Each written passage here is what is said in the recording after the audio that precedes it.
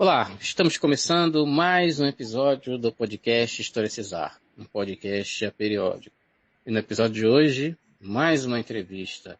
Vamos conversar com o historiador Lucas Pedretti, que é mestre em História pela PUC, no Rio de Janeiro, né? Um tema de pesquisa que se transformou livro pela editora do Arquivo Nacional, né? Dançando na Mira da Ditadura, bailes sob a violência contra a população negra nos anos 70.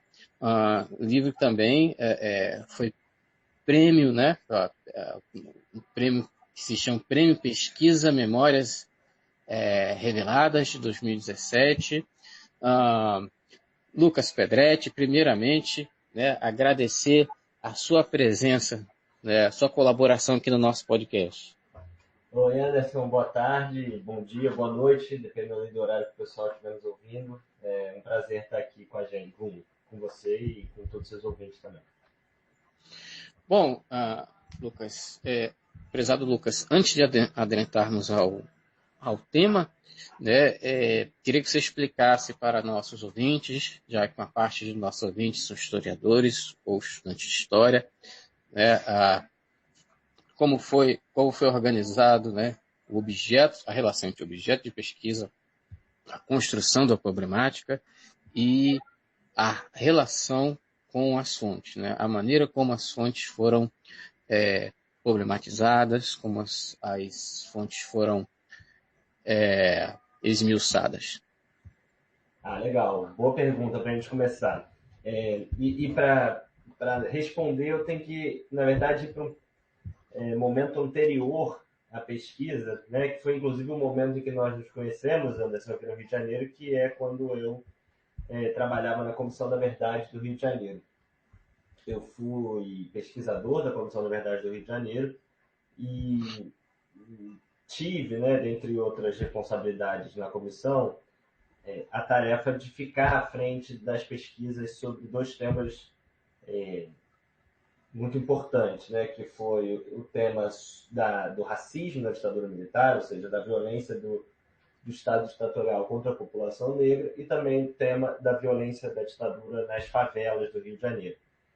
Eu fiquei responsável por esses temas dentro da comissão, mas eles só caminharam a partir da interlocução com pesquisadores, né, voluntários que se colocaram à disposição da comissão para ajudar na construção dessas pesquisas. Então, no caso da pesquisa sobre racismo, a professora Tula Pires, da PUC-Rio; no caso da pesquisa sobre favelas, os professores Marco Pestana e Juliana Joaquim.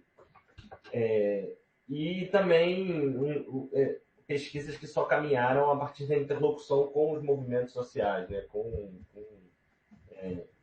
vítimas e movimentos sociais que se colocaram à disposição para dar seus testemunhos, seus depoimentos, e ajudaram a gente a avançar nessas agendas, na medida em que são agendas, e a gente pode falar mais sobre isso depois, que historicamente estiveram ausentes, né, tanto da historiografia sobre a ditadura, quanto das políticas públicas desse campo que a gente chama de memória, verdade e justiça, né? Ou seja, das grandes comissões que foram criadas pelo Estado brasileiro para lidar com o passado ditatorial e que nunca deram a atenção necessária para a questão do racismo na ditadura militar, para a questão da violência da ditadura contra as favelas, as periferias, assim como outros temas também historicamente foram negligenciados pela historiografia e por essas políticas, né? Então, a questão dos povos indígenas, a questão das mulheres, a questão da população LGBTQIA+, esses são temas, questões de pesquisa que historicamente não foram tratados, né? E que o contexto de atuação ali das comissões da verdade ajudou a colocar alguma centralidade nesses temas. E aí, novamente, a partir dessa interlocução entre pesquisadores acadêmicos, entre movimentos sociais e entre pessoas que estavam nessas comissões, né? Seja na Comissão Nacional da Verdade, seja nas estaduais. Então, no âmbito da Comissão Estadual da Verdade do Rio, eu entrei, enfim, acabei, né, ajudando a construir essas duas frentes de pesquisa, e foi no curso desse trabalho que eu entrei em contato com as fontes que posteriormente iam me servir para esse livro, né, para essa dissertação que deu origem ao livro. Quando a gente fala em ditadura militar, em pesquisa nos acervos da repressão, existe uma certa expectativa do tipo de documento que a gente vai encontrar, né? Então, por exemplo, quando eu vou lá no acervo do DOPS do Rio de Janeiro, que fica aqui no Arquivo Público do Estado, e abro, é um acervo que não é digitalizado, né? E abro aquelas pastas com aqueles papéis antigos, né, da década de 60, da década de 70, existe uma expectativa da parte do historiador sobre o que ele vai encontrar naquela documentação, né? Então, essa expectativa é moldada por uma certa ideia pré-concebida que a gente tem sobre o que é a ditadura militar, o que foi a ditadura militar, quais são as características do regime, quais são as questões que marcam o regime. Então, eu mergulho nesses papéis, em geral, esperando encontrar o quê? Esperando encontrar documentos sobre o movimento estudantil, sobre a luta armada, talvez alguma coisa sobre sindicatos, né? Por quê? Porque esses são os grandes temas que historicamente foram tratados quando a gente fala de ditadura militar. Então, foi uma surpresa, na verdade, enquanto pesquisador, e aí é a beleza do trabalho em arquivos, né? O trabalho com fontes primárias, o trabalho com documentos. Foi uma surpresa quando, por exemplo, a gente estava começando a investigar esse tema, né, da questão do racismo na ditadura militar, da violência contra a população negra e contra os movimentos negros, e a gente se deparou com filipetas de bailes. Né? Filipetas, enfim, aquele papelzinho de divulgação de um evento. Filipetas anunciando bailes de música soul, por exemplo, na quadra da Portela ou na quadra de outras escolas de samba do subúrbio do Rio de Janeiro. Por exemplo, com a Furacão 2000 tocando, né? Furacão 2000, que é Sim. até hoje uma equipe de funk importante. Então, a Furacão 2000 não é um sujeito, né, que está no imaginário, que aparece no imaginário clássico do que significa, do que a gente vai encontrar no arquivo da repressão, né? Isso é muito interessante, né? A percepção de que o trabalho no arquivo, o diálogo com as fontes primárias, ele pode te abrir, né, universos que não estão colocados na sua sim, dentro da própria dos marcos tradicionais da historiografia, né? Daí a importância da pesquisa empírica. Então, a gente entrou em contato com uma documentação cada vez mais ampla que tratava da repressão da ditadura aos movimentos negros, né? Seja as organizações políticas, seja as associações culturais negras.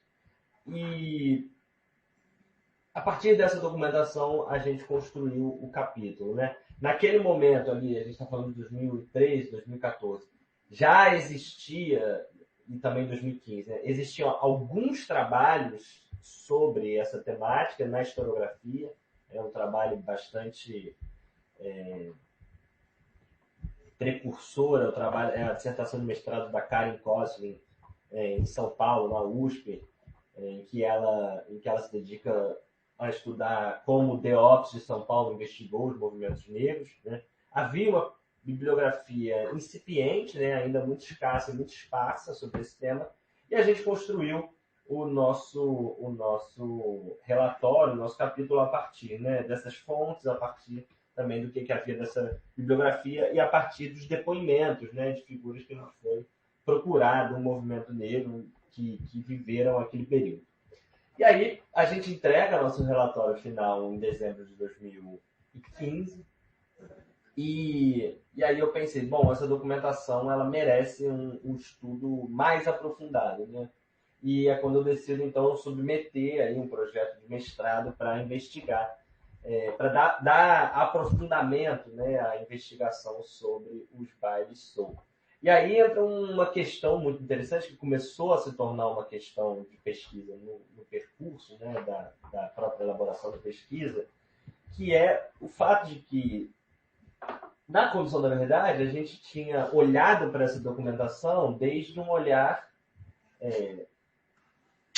né, que estava interessado em aspectos, digamos assim, jurídicos, políticos, factuais, em alguma medida, relacionados às graves violações de direitos humanos que esse tipo de documentação permitia comprovar. porque esse é o objetivo de uma comissão da verdade, um órgão de Estado, um órgão investigativo, que embora não tenha poderes punitivos, ele está ali para produzir uma certa narrativa que busca esclarecer fatos relacionados às violações de direitos humanos do período da ditadura. Certo. Assim, desculpa, prossiga. Não, eu ia falar que o trabalho do historiador é outro, né? E o trabalho do historiador, ele pode, e eu sou muito favorável a que seja feito em diálogo com essas iniciativas políticas e jurídicas de investigação das violações de direitos humanos, mas o trabalho do historiador é diferente, né? O olhar historiográfico está preocupado não só em revelar fatos e comprovar uma certa verdade relacionada às violações de direitos humanos, mas ele está interessado em construir uma questão de pesquisa que, em diálogo com a historiografia existente, propõe novos olhares ou então novas perguntas sobre aquele período, ou então propõe novas respostas a antigas perguntas sobre aquele período, né? Então, esse foi um dos primeiros esforços importantes no trabalho com as fontes, que foi o de pensar como, né, era necessário deslocar um pouco o olhar que eu tinha sobre aquelas fontes para pensá-las não só como provas de violações de direitos humanos, para pensá-las como fontes primárias de um trabalho historiográfico, né? E esse foi um desafio, mas foi um desafio muito interessante, que eu acho que produziu efeitos bastante bacanas, né, do ponto de vista do resultado final da pesquisa. Sim, e é o seguinte,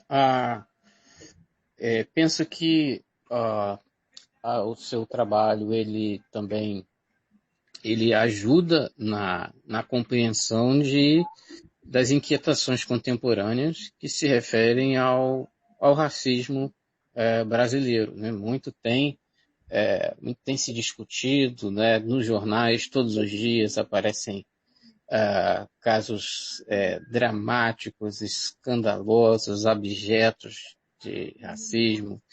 E aí o seguinte, né, não é possível se falar em racismo sem uma historicização para entender o que é o racismo, né? Então, o papel do historiador nesse caso é historicizar o racismo, né? Dizer de como as relações raciais foram sendo construídas e estabelecidas. E aí na página 51 você aborda muito bem essa questão, né, lá do começo do século XX, as primeiras décadas em que intelectuais passaram a pensar o país, e a questão racial também, assim, no pós-abolição, no Brasil republicano, que estava ali nascente, pensar qual seria a sociedade, digamos ali, idealizada e desejada, uma sociedade com influências europeias. Então você cita o Silvio Romero, Oliveira Viana, o Nina Rodrigues, né? O diálogo com as teorias raciais vigentes na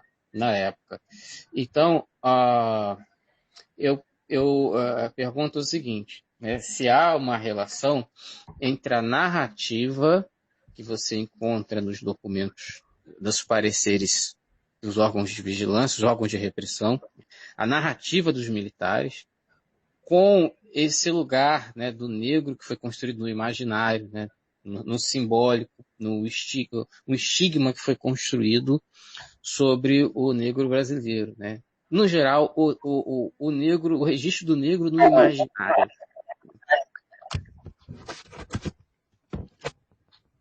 Oi, Anderson. Me dá 2 segundos porque cortou um pouco aqui a minha... Não, voltou. Desculpa. Eu consegui ouvir sua pergunta na hora que eu ia responder. Enfim, não Sim. teve... Vamos lá.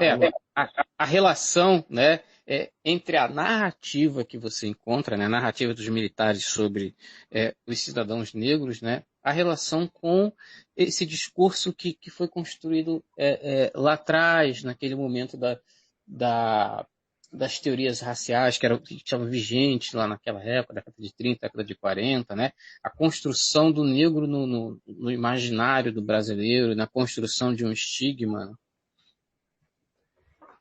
Então, na verdade, existe essa relação é muito clara, muito evidente, né? Os militares, eles têm uma visão de mundo que é profundamente atravessada pela ideia, pelo mito da democracia racial, né?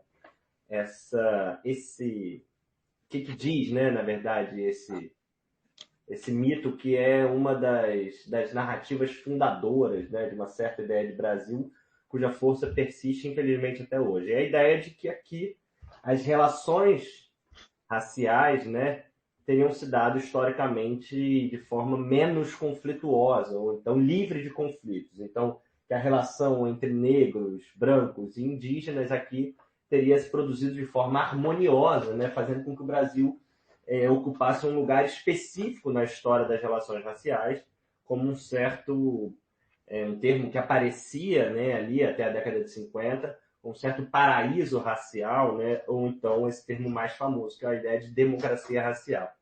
Essa noção, esse mito, está diretamente relacionado a uma outra narrativa muito forte né, que está colocada para o pensamento político conservador, que é a ideia de que o Brasil seria um país sem conflitos de forma mais geral, né? De uma história pacífica, de uma história incruenta, de uma história sem sangue, de uma história sem guerras, né? A marca, né, seria a marca da resolução harmoniosa também, pacífica dos conflitos e das divergências. Essas duas ideias, que estão profundamente relacionadas, né, como se vê, elas são muito centrais no pensamento que vai orientar a atuação dos militares na ditadura que se inicia em 1964, né? Esse pensamento dos militares ele está muito bem expresso naquilo que a gente chama da doutrina de segurança nacional, que é basicamente a expressão das ideias que estão sendo formuladas no interior da chamada Escola Superior de Guerra, a ESG, que vai ser criada ali na década de 1950 como forma de, digamos assim, posicionar de forma mais clara o Brasil, particularmente o Exército e as Forças Armadas brasileiras, de maneira alinhada aos Estados Unidos no contexto da Guerra Fria. A doutrina de segurança nacional, de forma muito superficial aqui, ela oferece uma leitura da história do Brasil, um diagnóstico, né, da situação do Brasil e saídas para um projeto de Brasil, vamos chamar assim, né? E essa leitura da história do Brasil, da doutrina de segurança nacional, é fundamentalmente baseada no pensamento político conservador, que tem o mito da democracia racial como um dos seus elementos centrais, né? Então, a doutrina de segurança nacional vai ver a história do Brasil como uma história sem conflitos e, particularmente, vai ver a história das relações raciais do Brasil como uma história também de relações raciais sem conflitos. Uma história de relações raciais harmoniosas. Não é à toa, por exemplo, que a Lei de Segurança Nacional, em uma das suas versões que vai ser aprovada pela ditadura militar, ela tem uma passagem bastante curiosa, né, que ela proíbe preconceito racial de qualquer tipo. Olha, num primeiro olhar isso parece interessante, né? Porque, enfim, está lá a Lei de Segurança Nacional proibindo o racismo. Só que o que significa a proibição do racismo na Lei de Segurança Nacional da ditadura? Significa, na verdade, a tentativa de proibir que se fale sobre o racismo do ponto de vista da crítica do racismo. Porque para os militares, né, como não existia racismo no Brasil, já que a história das relações raciais aqui teria sido uma história harmoniosa, aqueles movimentos, aqueles indivíduos, aquelas associações culturais que começavam a tematizar o problema do racismo a partir da década de 60 e fundamentalmente com mais força a partir da década de 70, eram esses atores que estavam criando o racismo no Brasil, né? Ou seja, o movimento negro, as associações culturais negras, os bailes de música soul estavam criando o racismo no Brasil, porque eles estavam importando para dentro do país um problema que não existia, que era o problema do preconceito racial e do racismo. Sim. Racistas seriam aqueles que estão dizendo que tem racismo, né? Exatamente. Não é à toa que o SNI, o Serviço Nacional de Informações, vai organizar um grande dossiê em que ele vai tentar, digamos assim, organizar tudo que se produziu de informações sobre movimentos, organizações e associações negras, que o nome vai ser o racismo negro no Brasil. São os negros brasileiros que são racistas na medida em que eles estão falando que existe racismo num país da democracia racial. A lógica que opera é fundamentalmente marcada por essa ideia da democracia racial. E, como não poderia deixar de ser, né, ela está também totalmente atravessada pelo contexto da Guerra Fria. Né? Então, a doutrina de segurança nacional, que é essa ideologia que orienta os militares, que, como eu já falei, né, várias vezes aqui, ela é baseada fundamentalmente no mito da democracia racial e na ideia de uma história sem conflitos, essa doutrina de segurança nacional ela vai orientar, então, né, esse pensamento político dos militares e vai fazer com que, na verdade, se leia essa suposta introdução do racismo no Brasil por parte dos movimentos negros como a ação do movimento comunista internacional. Então você tem aí a convergência, né, do mito da democracia racial com a questão do anticomunismo. Ou seja, não existe racismo no Brasil, portanto, se esses caras estão falando de racismo, eles estão sendo racistas, eles estão importando um problema que não existe no país, e se eles estão fazendo isso, eles só podem estar sendo manipulados pelo movimento comunista internacional que está querendo minar as bases do regime democrático de 1964, né? A Revolução Redentora de 1964. Logo, qual é a consequência desse pensamento? É que todos esses que estão falando sobre racismo no Brasil, que estão criticando o preconceito racial, que estão criticando o racismo, que estão celebrando a identidade negra, que estão promovendo a consciência racial dos negros, esses são todos subversivos. Eles querem subverter o regime, eles querem subverter, né, os valores da pátria e da nação, já que nós somos uma pátria e uma nação em que não existe racismo, e, portanto, eles são inimigos da nação, eles são inimigos do Estado, eles são perigosos, eles precisam ser controlados, perseguidos, censurados, presos, torturados, e por aí vai. Sim, vi que você utilizou, né, como autores de referência, pesquisadores que têm uma pesquisa aprofundada sobre esse período, né, o professor Carlos Fico, o professor Daniel Arão Reis, né, vi que as obras desses autores e outros, né, colaboraram imensamente aqui com a construção do seu raciocínio. E aí, vamos aqui a questão que aparece aqui sobre os bailes, né, bailes da Southern Prix,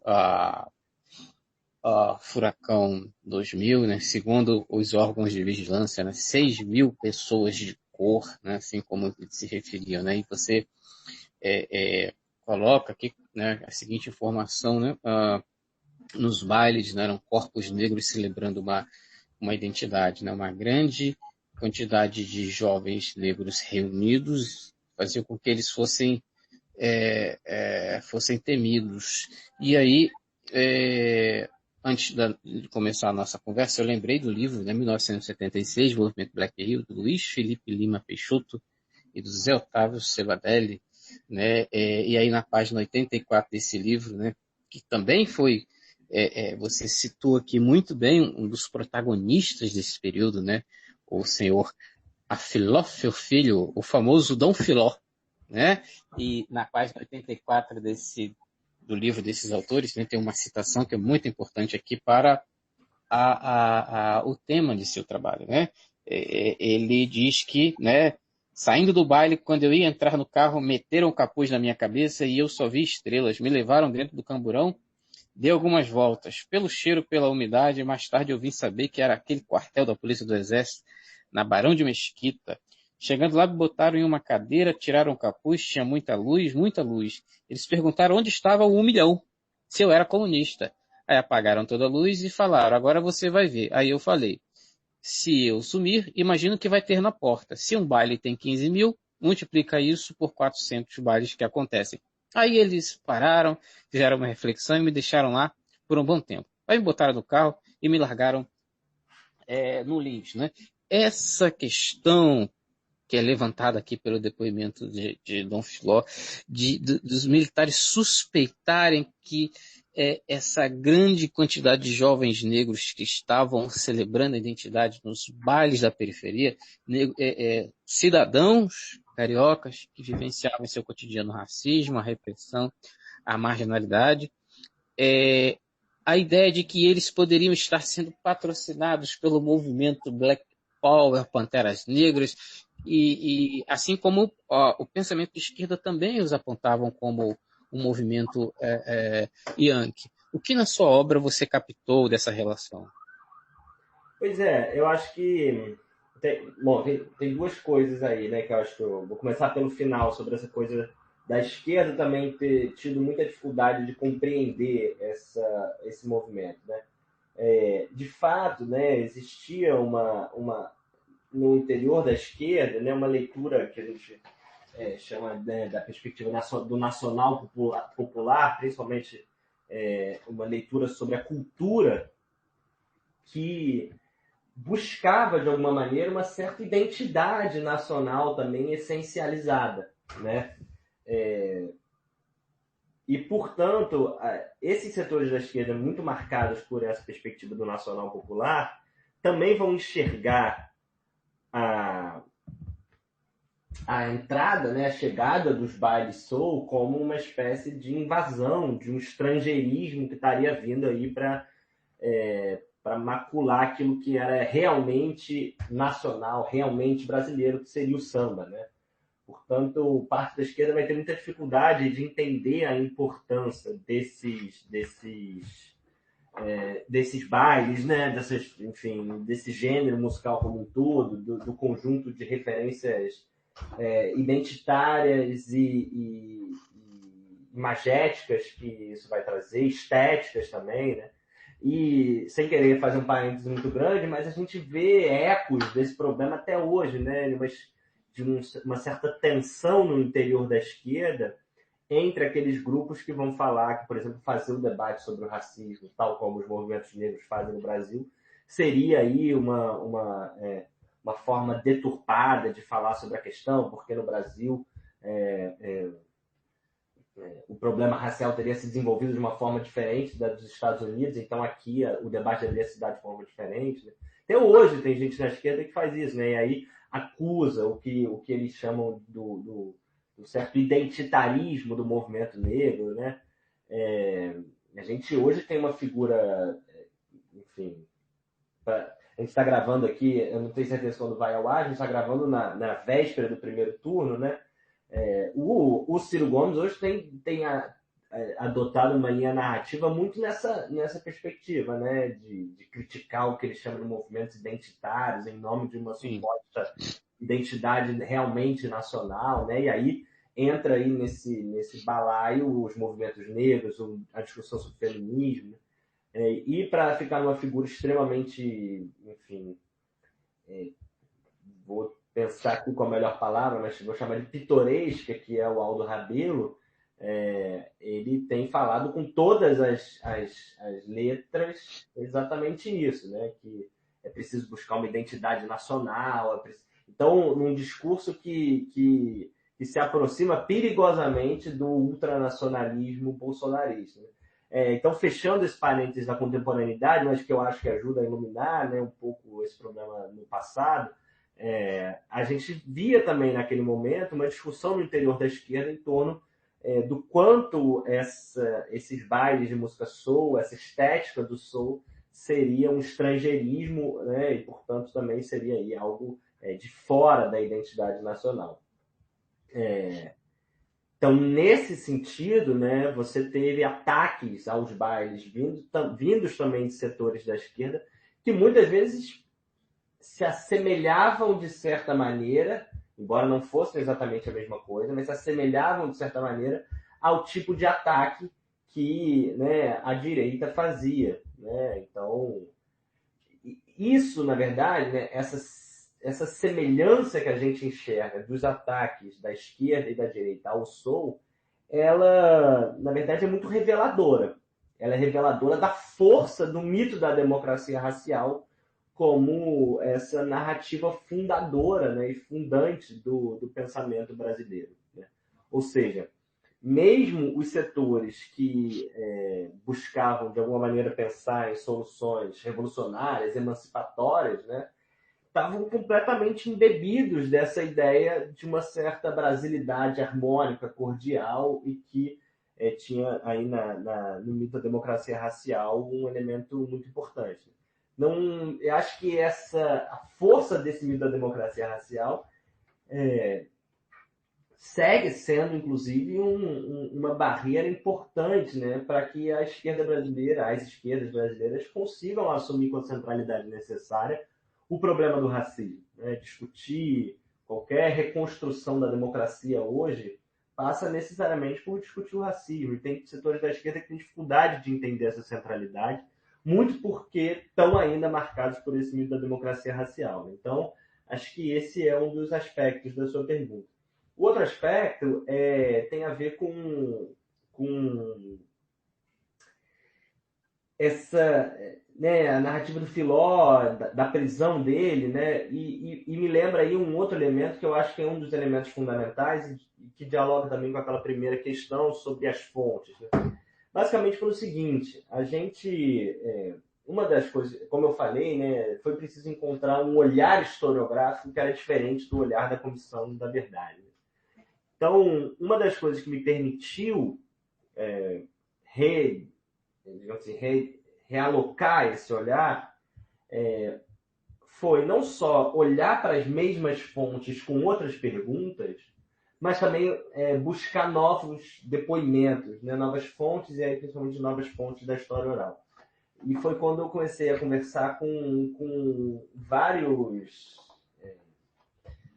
frequentadores dos bailes que não necessariamente tinham virado militantes, não necessariamente tinham construído, né, narrativas memorialísticas muito consolidadas sobre aquele período. O que eu quero dizer com isso? Quero dizer que quando a gente ouve o Filó, por exemplo, o Filó é isso, é a figura fundamental da construção do mais politizado desses bailes, que era o baile da Soul Grand Prix, né, inicialmente a Noite dos Chefes.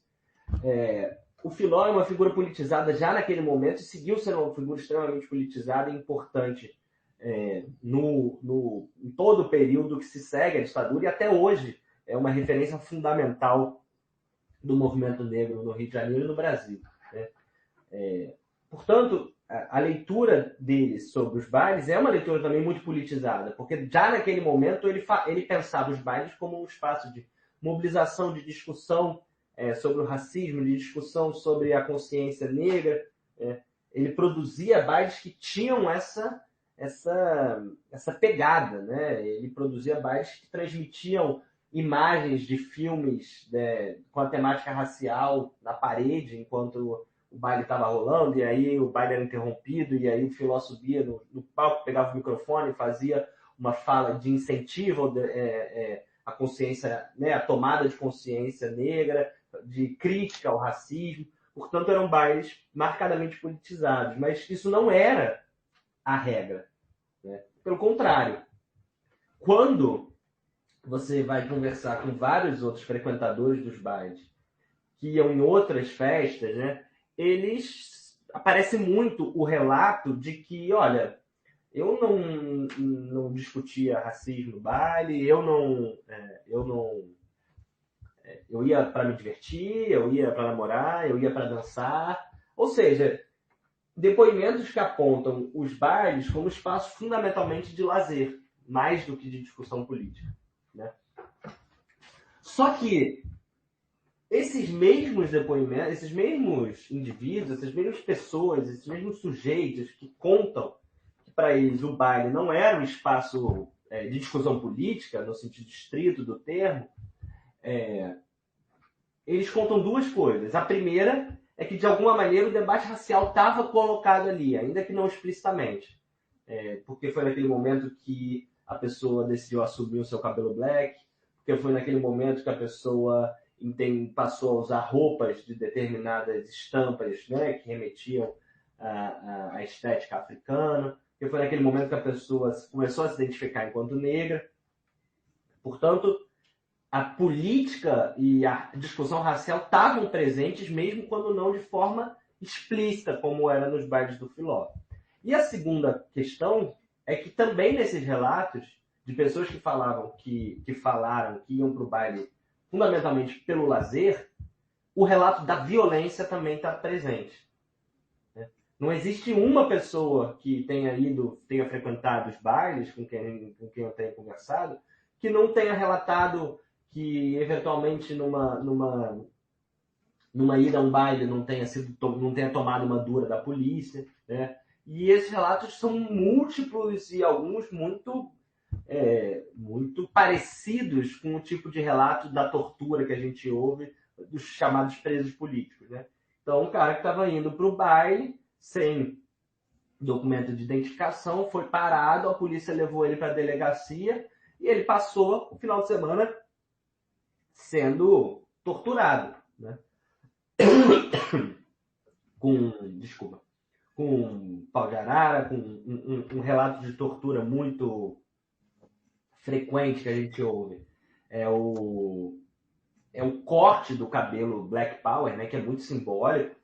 Portanto, também os frequentadores do baile que não estavam lá de maneira explicitamente politizada eram alvos da violência, né, e das formas mais variadas e profundas da violência. E eu acho que tentar encontrar uma saída, digamos assim, para esse problema, para entender o porquê disso, que foi o que se tornou a questão fundamental da minha pesquisa. A questão da minha pesquisa começou a se tornar essa, né? Então, como entender, né, como borrar um pouco as fronteiras entre aquilo que a gente chama de uma violência política, que é o que a gente costuma abordar quando a gente fala da ditadura militar, ou seja, a tortura aos presos políticos, a perseguição aos artistas que foram censurados porque estavam criticando o governo, esse tipo de coisa, né, que tá no nosso imaginário quando a gente fala da ditadura. Então, borrar as fronteiras entre isso, que a gente chama de violência política, e aquilo que a gente poderia chamar de uma violência comum, né? Essa violência cotidiana, essa violência estrutural, essa violência que os frequentadores dos bailes sofriam, independente de estar levantando um cartaz escrito abaixo a ditadura, né? Eu acho que chamar atenção para esse segundo aspecto, para o fato de que a ditadura produziu formas muito brutais de violência contra setores muito amplos da sociedade, independente do seu engajamento político, no sentido estrito do termo, passou a ser aí a questão fundamental do trabalho, né? E por isso que ela só pode surgir quando há um deslocamento do tipo de olhar que a gente tinha na Comissão da Verdade. Porque a Comissão da Verdade era, inclusive do ponto de vista legal, ela era muito bem delimitada no sentido do que tipo de violência ela deveria investigar, né? E era basicamente essas formas de violência que a gente caracteriza como uma violência política. Então, foi a adoção desse olhar historiográfico que me permitiu discutir um pouco, né, os limites dessa ideia de violência política e borrar um pouco essas fronteiras entre a violência política e a violência comum. Sim, sim. Então é o seguinte, ainda falando sobre o contexto cultural, político, musical,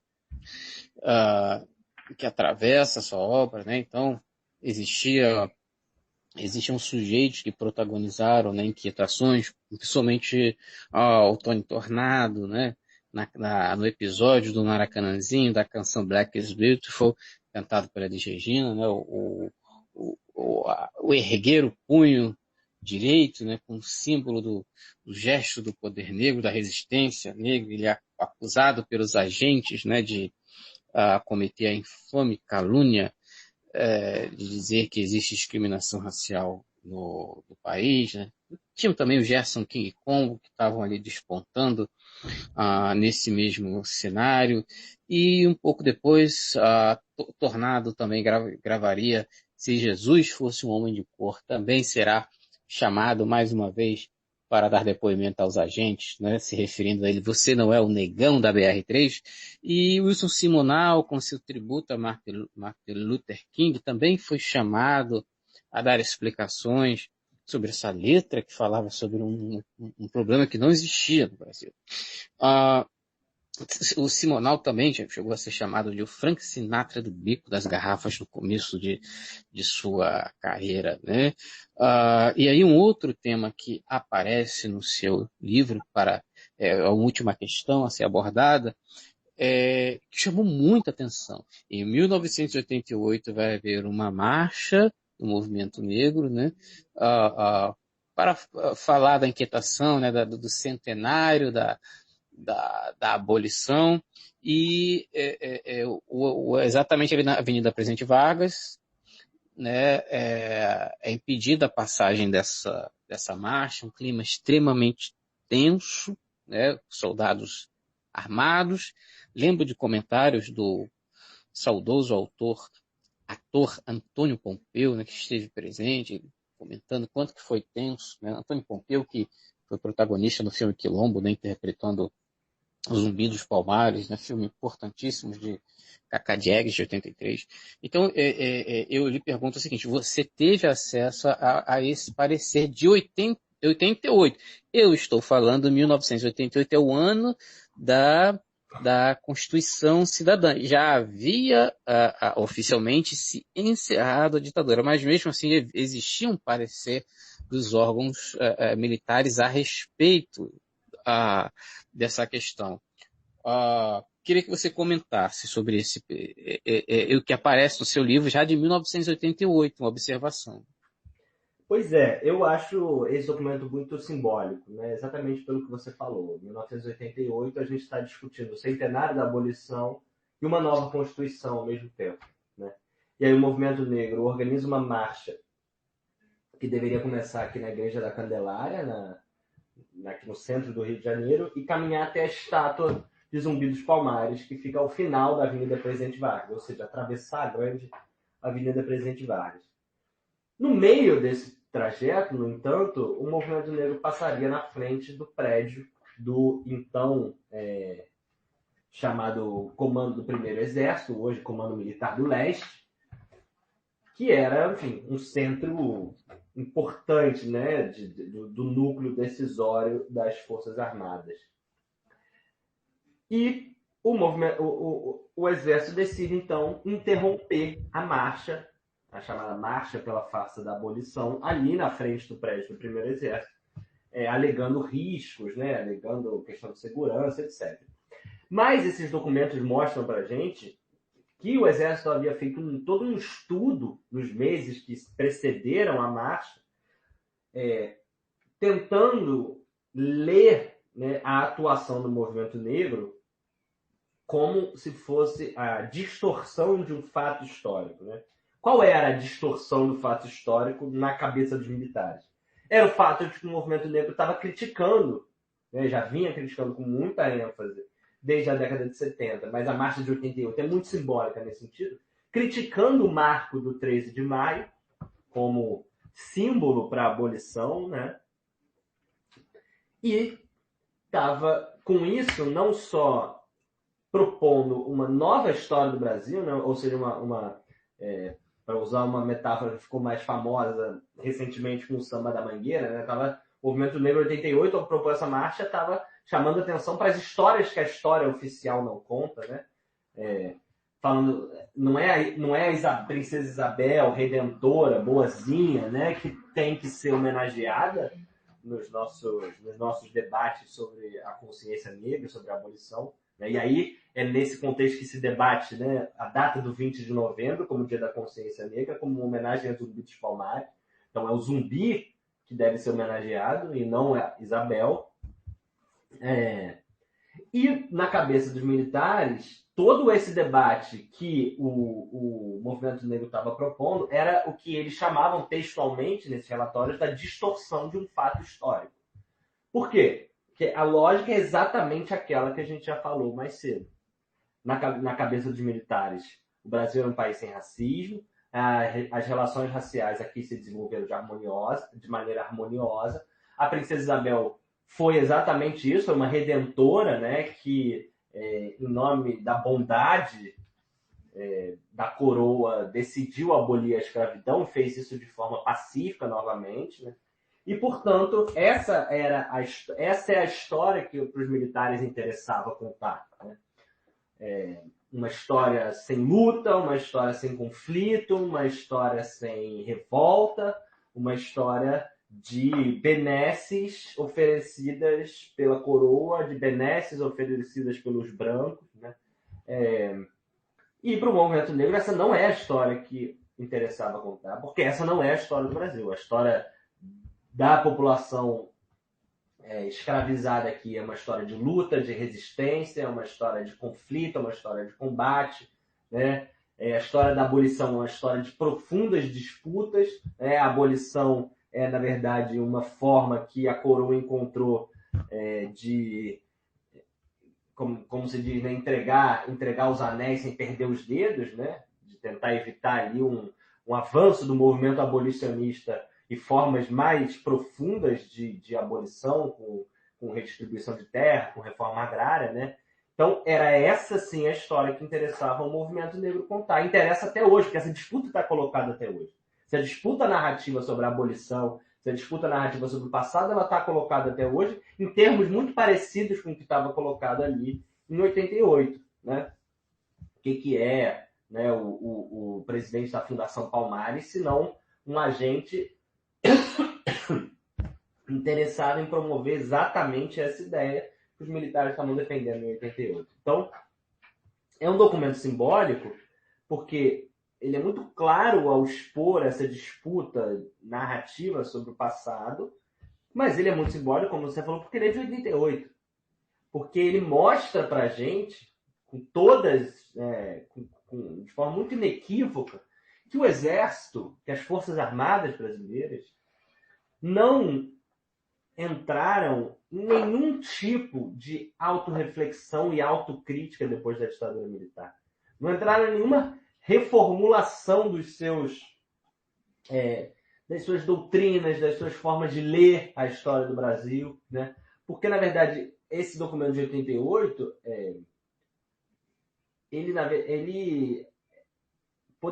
ele foi escrito naquele momento, mas ele poderia ter sido escrito em 2018, né? Porque se você pega falas do Mourão, por exemplo, né? Nosso vice-presidente da República, em breve ex-vice-presidente da República, o Mourão fala exatamente o que a gente lê nesses relatórios, seja da década de 60, seja da década de 70, seja da década de 80. Né? É a ideia da democracia racial, é a ideia do país sem conflitos. Então, essa leitura dos militares sobre a história do Brasil ela não mudou em absolutamente nada. Ou seja, não é só que o Exército jamais reconheceu e pediu desculpa pelas graves violações de direitos humanos da ditadura, né? Jamais reconheceu as torturas, os desaparecimentos forçados. O Exército não mudou em absolutamente nada a sua forma de pensar o Brasil. A doutrina que orienta a ação das Forças Armadas hoje, ela é muito semelhante à doutrina que orientava o olhar das Forças Armadas na década de 60, 70 e 80. Né? E desse ponto de vista específico da história das relações raciais no Brasil, ela é exatamente a mesma coisa. As Forças Armadas hoje leem a história do Brasil exatamente como liam na década de 80, 70 e 60.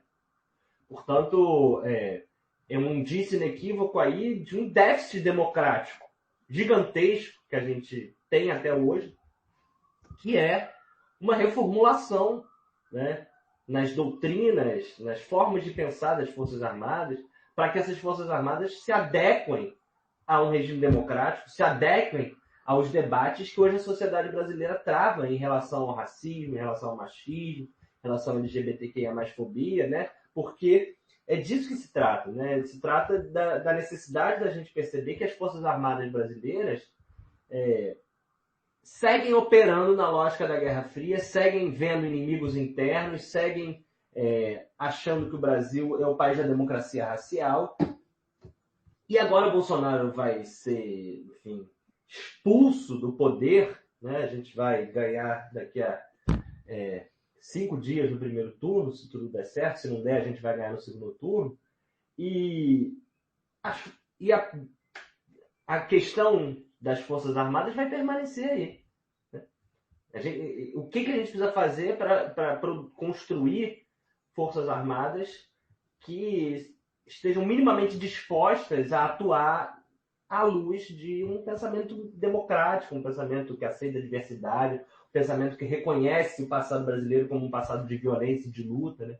Porque eu acho que se a gente não tiver capacidade de fazer isso, a gente vai sempre correr o perigo de que novos Bolsonaros se apresentem aí daqui a 2, 3, 4, 5, 30 anos.